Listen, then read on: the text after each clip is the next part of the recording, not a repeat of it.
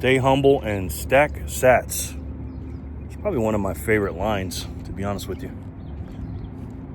It just puts it into perspective, you know, when you're thinking about things and contemplating life or making decisions.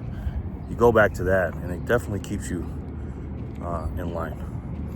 What is up, guys? It is Wednesday, June 25th, 2025. We're at the Bitcoin block height of 902,673. TikTok, next block. I hope you guys are doing well. Right now it is 9:13 a.m. Did some my little morning routine, and then I started doing some exercises after that. And then I said, you know what? I got to run some errands. Got up really early this morning. Feeling good. Feel good today. And I decided to stop over here and talk to you guys. Give you a walk and talk video. A lot of you guys like that. You guys don't like a lot of my lives. And speaking of that, if you're new to the channel, make sure you tune into my live streams every day. I do one at 7 p.m. Eastern, 4 p.m. Pacific. Go for a few hours. And then I spin the wheel of Satoshi. The wheel of Satoshi. I love my wheel. Some people don't, I guess. And you spin it, and you can win some Satoshi. So you come on in, and you can win some free money, and you can earn while you also learn. So make sure you guys tune into that. But let me tell you a few things, and I'm going to talk to the younger guys a little bit, younger people, whatever. I'm 50 years old, born 1975. I'm a Gen Xer, Generation X, but I'm kind of a hybrid, if you will. I'm a kind of like a millennial, because millennials, I believe, started in 81, and I hung out with a lot of millennials over the years, but I also hung out with a lot of Generation X, but also I'm kind of a baby boomer as well. I was raised by my grandparents. They were born in 1928 and 1931, respectfully, from the South. And I was born and raised in a city called Rochester, New York. It's upstate Western New York, in between, almost directly in between Syracuse and Buffalo. And my grandparents moved there in the early 50s because there's a lot of, racism and stuff going on in the South. It ain't going on now, okay? My grandparents went through real racism, by the way.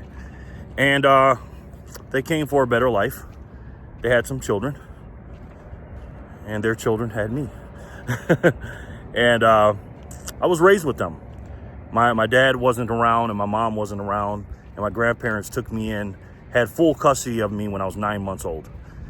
They had custody before that, because again, my dad was kind of a street dude, and my mom was doing some things, and they just weren't, ready to be parents. And again, just because you have a baby doesn't mean you're a good parent and good father and a mother. And shout out to the good fathers and the mothers out there actually raising their kids. But my grandparents were more my parents, and my uncles and aunts, they had 7 children, were kind of like my big brothers and big sisters, kind of, especially the younger ones. The older ones I consider like my uncles and aunts, but the younger ones were kind of like my / aunts and uncles, brothers and sisters. So I was kind of like I wasn't raised, normally a Gen Xer is raised probably by a baby boomer, but I wasn't. I was raised by my grandparents, were from the silent generation. And back in my days, if I sound old saying this, things were a lot different than they are today, obviously. And you guys 35 and plus older know what I'm talking about. Wasn't no internet, wasn't cell phones. You went outside and played, man. The Generation X kids are built different, man. And I'm a little built different because I spoke and learned different cultures, right? It's not about your color, it's about cultures, right? All black people aren't the same, all white people aren't the same. I'll give you an example. If you take a southern black person and a northern black person, they're not the same. Okay, I'm telling you that, they're not. Southern hospitality is a real thing. And northern African Americans, let's say, are different. Then you could take a African American that lives in the inner city and grew up in the projects. Again, this is not everyone, but I'm saying for the most part. And then you take a black person or African American person from the suburbs or from the country or something like that, and they're just different, right? Well, my grandparents were from the South, from the country, and they spoke black country. My grandfather listened to country music. My grandmother didn't. She listened to Motown and oldie, you know, deep South black music, a lot of different stuff. She liked Michael Jackson too later on in her life. But and then my older brothers and sisters, if you will, my aunts and uncles, you know, they grew up in the 70s. Their 70s were my 90s, and things were just different back then. It was just crazy. So that was one culture I had to deal with, was my grandparents. They spoke deep South, Southern black culture. That's how they were. But then my grandparents came from nothing. That my grandparents did. And they came here and they worked their way up from working in a hotel. My grandmother was a maid. She cleaned the rooms, a very famous hotel in Rochester. And my grandfather worked the door. He was a doorman. He made a lot of money too. But they both knew that they couldn't. Sorry to take so long with this. Everybody's got a story, but I'm telling you this for a reason. Here's mine though, a little bit of it. And my grandfather was a doorman, and he had pockets down all the way down to his ankles because he would make so much in tips. But he knew that wasn't a long-term thing. So he had to, and somebody told him that, listen, you can't do this all forever. And eventually the hotel closed and everything before he left. But they both end up getting long-term, really good jobs. My grandfather respectfully worked for the electric company, Rochester General Electric. He was a truck driver for the company. And my grandmother worked at Kodak. Rochester, New York is the home of Kodak and Xerox and the famous Nick Tahoe garbage plate. But she had a good job. She was a factory worker. And my grandmother used to pick cotton until she picked cotton from the sun up to the sun down. She wasn't a slave or nothing like that. She was too young. But she did know slaves. Or she knew somebody that was a slave. She knew somebody that knew somebody that was a slave, I believe. But she knew all about that. Again, she was born 1931. Slavery in 1865. But she knew all about that culture and stuff. And she worked her ass off on the cotton fields. And when she came to Kodak, she just had a work ethic, man. And that job was nothing. So for her, this easy job, she just killed it. And she just got all these promotions and did well and stuff like that. Meanwhile, while they were working their way up, my dad and my aunts and uncles, the 7 kids, kind of lived in the ghetto a little bit in the inner city. But in 1971, I believe, or 73, they moved out to the suburbs a couple years before I was born. And when I was born into the suburbs. So they called me the poor little rich kid. So I got to, for their second half of their lives, my grandparents, because they worked so hard, I got to reap the benefits. So I never grew up in the inner cities. But my aunts and uncles, their mindsets, a lot of them, weren't like my grandparents. Work hard, earn what you keep what you earn, you know, save and blah, blah, blah. They just didn't do that. So a lot of them still lived in the inner cities. And so I went to a predominantly white school all my life. Elementary, middle school, high school. But again, I still had that deep Southern background, black background, but I grew up around a lot of white folks. Northern white folks, lower middle class, not upper middle class, like kind of lower middle class we were in. We weren't poor, but we weren't like, you know, in the upper middle class, you know what I mean? Nice little house, 3-bedroom, you know, 2.5 baths, whatever, 1.5 baths, 2.5 baths later on. And so my aunts and uncles lived out in the city, and they lived in the inner city, in the ghetto. So I had my base of how I grew up with my grandparents from the South. So I had all that. And it's almost like I was living in 1955 at my grandparents' house. But then I'd go outside, it's 1985. And then I'd be around my white friends. We had a couple of black kids in the neighborhood, but mostly it was white kids. But we did have a little bit more than normal black kids. But they weren't ghetto or nothing like that. They were kind of like suburban kids. Kind of, like a mix of them. But then I would go to my aunts and uncle's house on the weekends or something like that, and it was nothing but black, let's just say a little bit of the ghetto people. So I had to learn how to adjust to that culture, and then being around a lot of white kids, and then my grandparents. So I'm kind of like a mixed kid. Like I'm 100% African American, but I know how it feels to be a mixed kid, like a black and a white kid, because I was kind of like that, right? And I learned about a lot of different people coming from all those different cultures. Again, I'm a mix, man. I'm a Gen X, boomer, millennial, raised by freaking what do you call it? Silent generation. Silent generation means kids are to be seen and not heard. So my grandparents didn't like a lot of noise, man. But I played outside a lot. They did let me go outside a lot. But anyways, I had to learn how to adjust and learn about different people, right? So I'm going to tell you guys something, okay? I'm not the smartest guy in the world. I'm not the most intelligent guy in the world, but I've been here for a while, and I've dealt with a lot of different people in my life. Lots of different people. I mean, I'm the type of person, I love people. I'm a people person. And I've gotten burned over the years because of that, right? I'm a very, trusting person. I always give people the benefit of the doubt. Not as much anymore, I'm going to be honest with you. I'm a little bit jaded because of my sometimes ignorance to people's, bad intentions or whatever, right? Because I was the type of kid that I would give you my shirt off my back for you. And because I always had my own money. My grandparents never gave me anything. So I had to work for it, man. I had to cut grass. I used to sell candy at school. I used to get in trouble all the time. I was a little hustler, man. And my grandma never gave me any money. And I'm so glad she didn't. I had to work for mine, man. This is why I don't like, when I used to be a Democrat, I used to, see people living off food stamps and government assistance. And my grandma couldn't stand that stuff. And I couldn't either, but she still was a Democrat for some reason. And I was just like, why are they getting free food? And I thought, Grandma, you told me we had to work. And she's like, yeah, I know. But she still liked Jimmy Carter, and she still liked, the Democrats and stuff. Because again, when you're black, you're a Democrat. That's just the way it is. But dealing with all these different people over the years, I've come to learn something. And this is for the young people out here.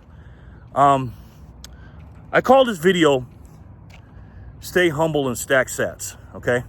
Because Bitcoin has humbled me. And there are a lot of arrogant people in the world, man. There just are, man. And I've noticed that when you're dealing with an arrogant person, a self-centered person, for me, those are the type of people I don't like to be around, man. I don't. And even in Bitcoin, you're going to run across those people. Now, most people in Bitcoin are really good people. And I'm not saying the people that are arrogant or not humble are bad people. Nobody's all good and nobody's all bad. Believe me, I'm an asshole, man. Okay? If you're around me, again, because of the way I grew up and how I was talked to by my grandparents, let's just say I'm not the nicest guy in the world when I give my lectures, because I do give a lot of lectures to people that are younger than me, that are screwing up or something like that. I don't sugarcoat stuff, man. I'll go off and say what I got to say, but then I'll be okay later. I don't hold on to being mad for long periods of time. And over the years, dealing with these people, you kind of know the people when you're dealing with them that person's going to be a problem down the road. You just know it, right? And you don't go with your instincts, and you still hang around with them, and you hung around with them too long, man. And not because they're a bad person or whatever. They just don't align with you, whatever. Because I might be talking to the person that's the not humble person now or whatever, right? Just line up with people that line up with your ideals and your goals and stuff like that. And if they're all about themselves or, they just whatever, they're not humble, then just don't be around those people, man. You know what I mean? And I'm just not going to go for it, man. I'm just not going to do it. And I highly suggest you guys don't do it. And you have to stay humble, man. You know what I mean? I've been in Bitcoin for 4.5 years almost now, since February 2021. And Bitcoin has humbled me, man. It really has. I never go around here. And I'm a guy I'm a Satoshi millionaire. I have over 1 million Satoshis.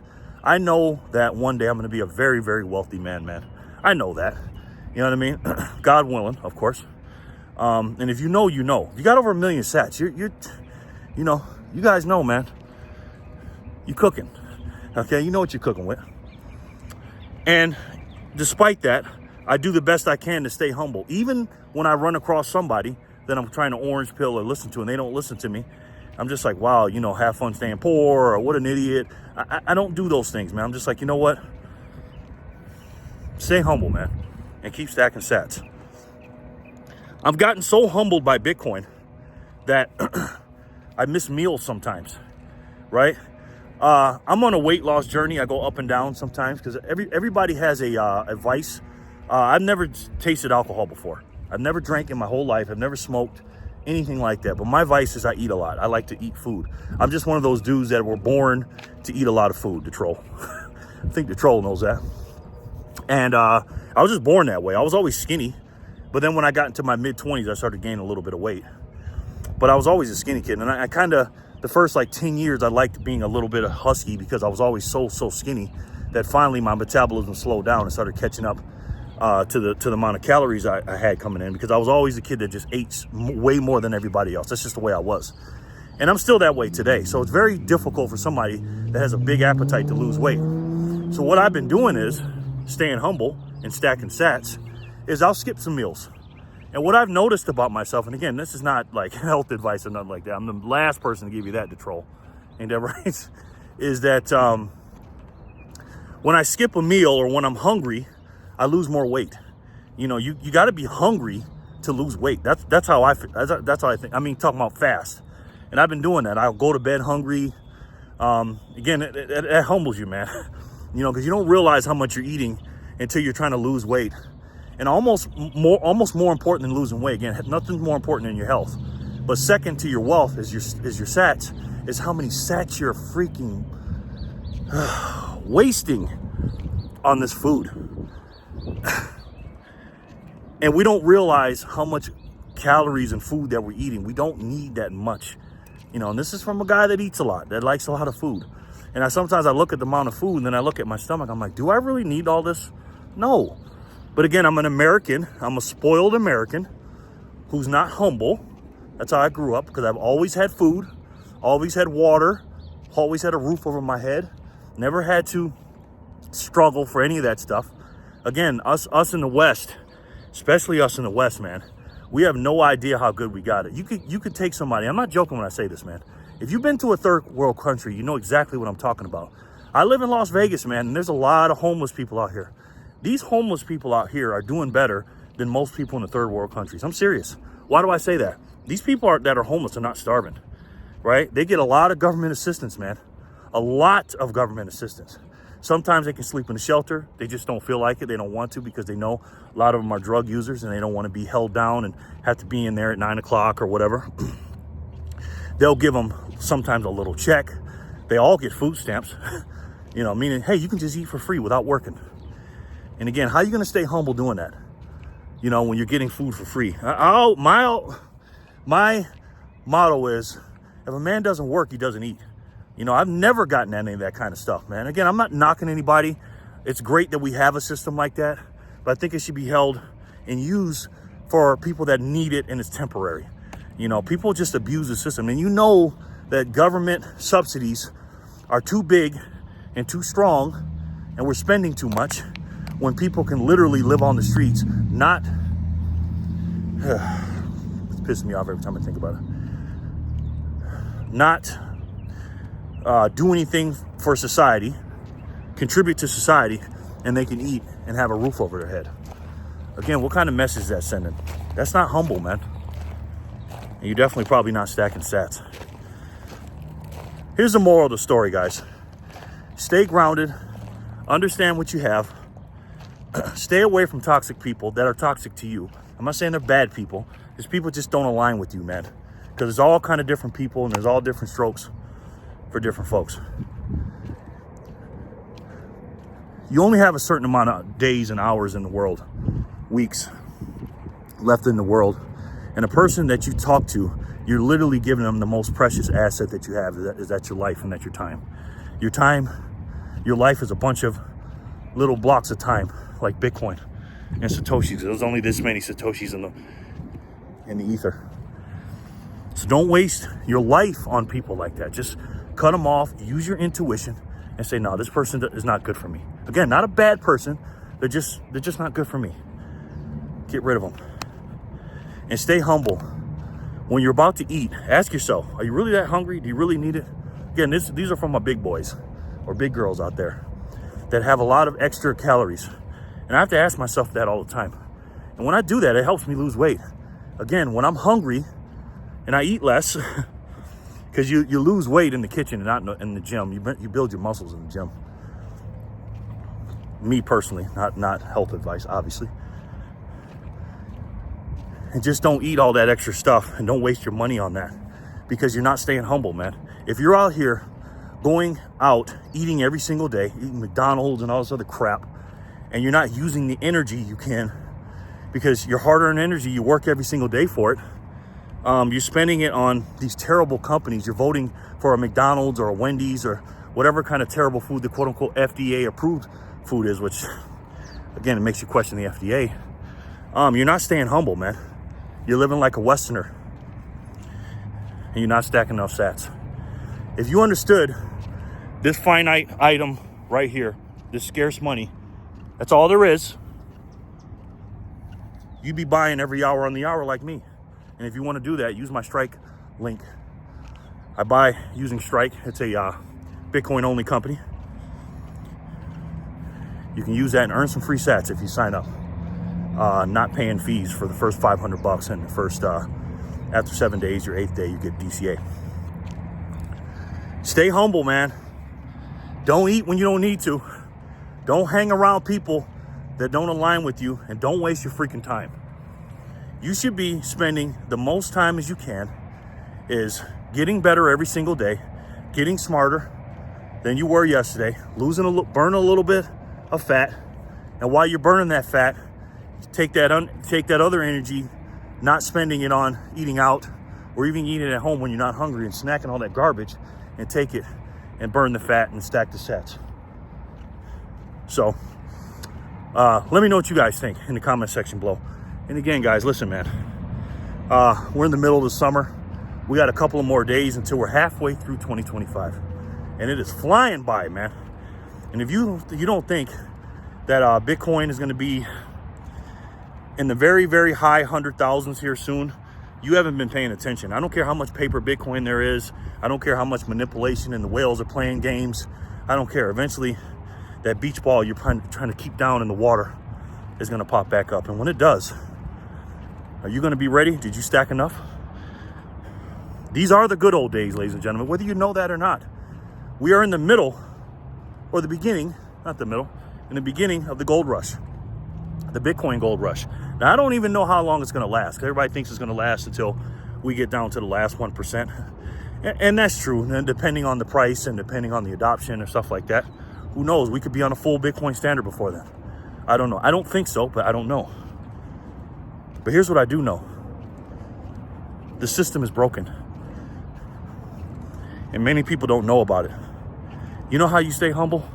Making sure your family member you love and your neighbors understand the system. And when they understand the system, because you nudge at them a little bit, nip at them a little bit, you get them to the solution. Get them to 1 million Satoshis and put it in the cold storage. And after that, you tell them just to get their 100 hours in of studying. Because they're going to understand and know that you're a savage and you're absolute humble and you stack sats. And you're just a crazy person. But you know that you're crazy like a fox. The system is broken. We spend too much in this country, even in the richest country in the world. We got the best military in the world, but we got the most debt. Do the math on that. Guys, there's only one way to beat this system. We got to use that Trojan horse to come on in. It's already in there. And then we have to, outside the gates, because I don't know if you know the story, the Trojan horse people came in there, and then the soldiers jumped out of the Trojan horse and opened the gates for the other soldiers outside. And we are those soldiers outside waiting for the Trojan horse to open that gate for us.